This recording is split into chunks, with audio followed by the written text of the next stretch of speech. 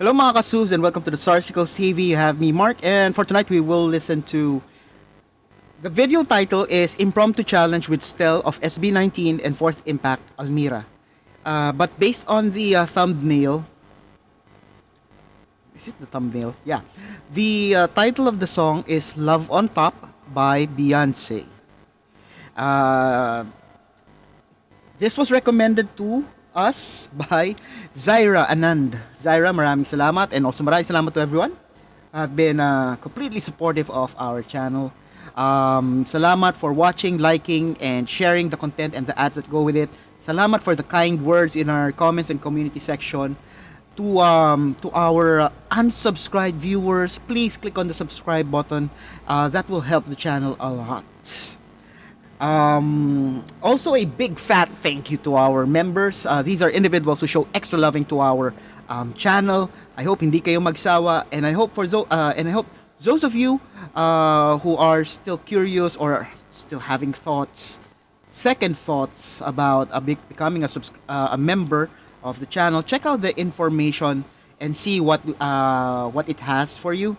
And I hope in the near future you come across, or you decide to become or you consider becoming a member yourselves. Show that extra loving. But for now, let's give this song a go in 3, 2, 1.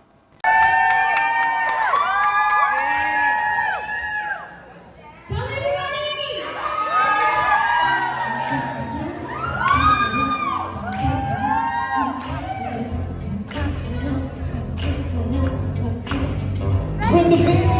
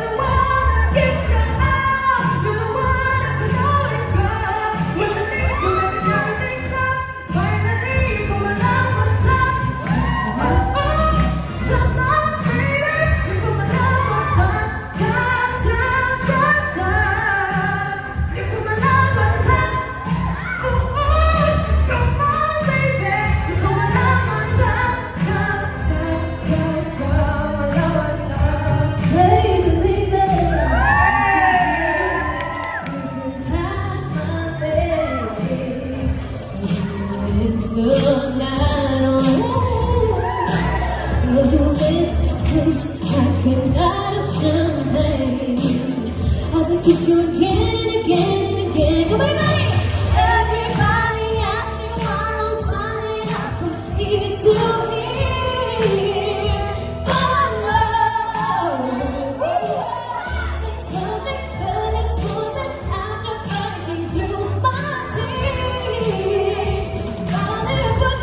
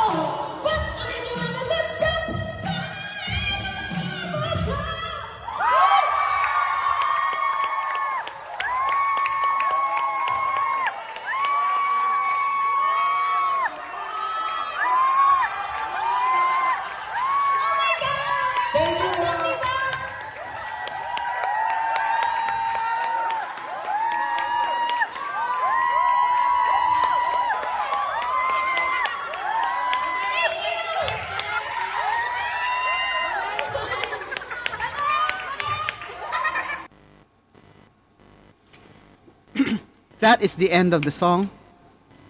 So what's interesting is I think Almira thanked the audience in Korean. So I was under the impression that this was held in the Philippines. But let me know in the comments if this was in Korea, or maybe there are Korean audience but it was held in the Philippines. So let me know. Anyway, let's jump to our reaction. So number one, very obvious. The they took the song on the norm, what is- the actual key where Beyonce sang.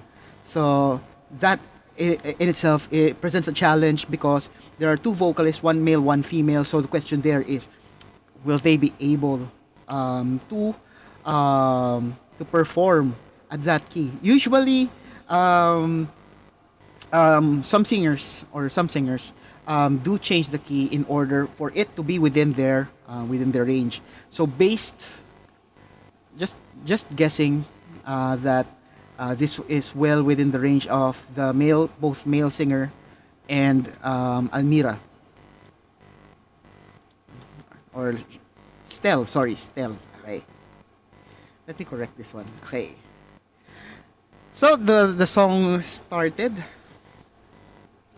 At first few seconds, I think, or around the first 2 minutes ish, the music was soft, or it's a little low, considering that this is a closed space. It's a room or some sort of hall. Not a hall, like a dining room or ballroom, something like that. So the sound there should, you know propagate or bounce on each sides well. Um, so there may be, my initial guess was it would be more on the mixing side, or the speaker settings or the speaker setup there is not ample to cover that kind of room, which I find weird.